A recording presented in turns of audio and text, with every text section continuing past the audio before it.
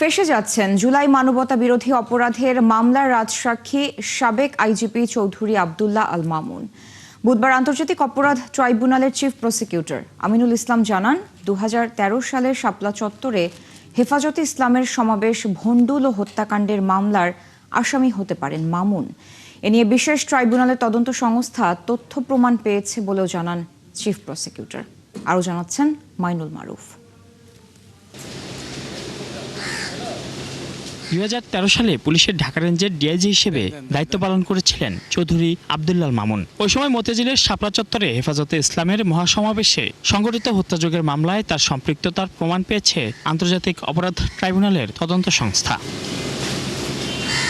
বুধবার এ তথ্য জানান চিফ প্রসিকিউটর আমিনুল ইসলাম। তিনি বলেন, শাপলা চত্বরের হত্যাযজ্ঞের মামলায় আসামি করা হতে পারে সাবেক এই আইজিপিকে। এছাড়া র্যাবে দায়িত্ব পালনের সময় বিচার বহির্ভূত হত্যার মামলাতেও তার বিরুদ্ধে অভিযোগ আনা হতে পারে। আসলে কারা আসামি হতে যাচ্ছেন বা যাচ্ছেন না সেই বিষয়টা আমরা এখনই প্রকাশ করতে পারছি না।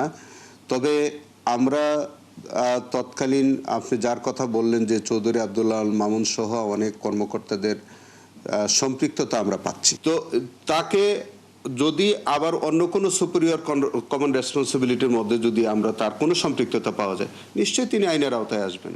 তিনি কেন, যে কোনো ব্যক্তি আসবেন। এর আগে এই মামলার তদন্তে সাবেক প্রধানমন্ত্রী শেখ হাসিনা, র্যাবের সাবেক ডিজি বেনজির আহমেদ এবং সাবেক সেনা কর্মকর্তা জিয়াউল হাসান সহ তৎকালীন আইনশৃঙ্খলা বাহিনীর ঊর্ধ্বতন কর্মকর্তাদের সম্পৃক্ততার তথ্য পাওয়া গেছে বলে জানায় তদন্ত সংস্থা। আমরা যাদের সম্পৃক্ততাই পাওয়া যাবে, এটা সিভিলিয়ান হোক, পুলিশ পার্সোনাল হোক, র্যাব হোক, আর্মি অফিসার হোক, যাদের এই কর্মকাণ্ডের সাথে সম্পৃক্ততা ছিল বা আমরা পাবো, প্রত্যেককে আমরা বিচারের আওতায় নিয়ে আসবো। এবং সেটা হতে পারে চৌধুরী আব্দুল্লাহ মামুন, হতে পারে বেনজির, হতে পারে অন্য কেউ, হতে পারে জিয়াউল হাসান।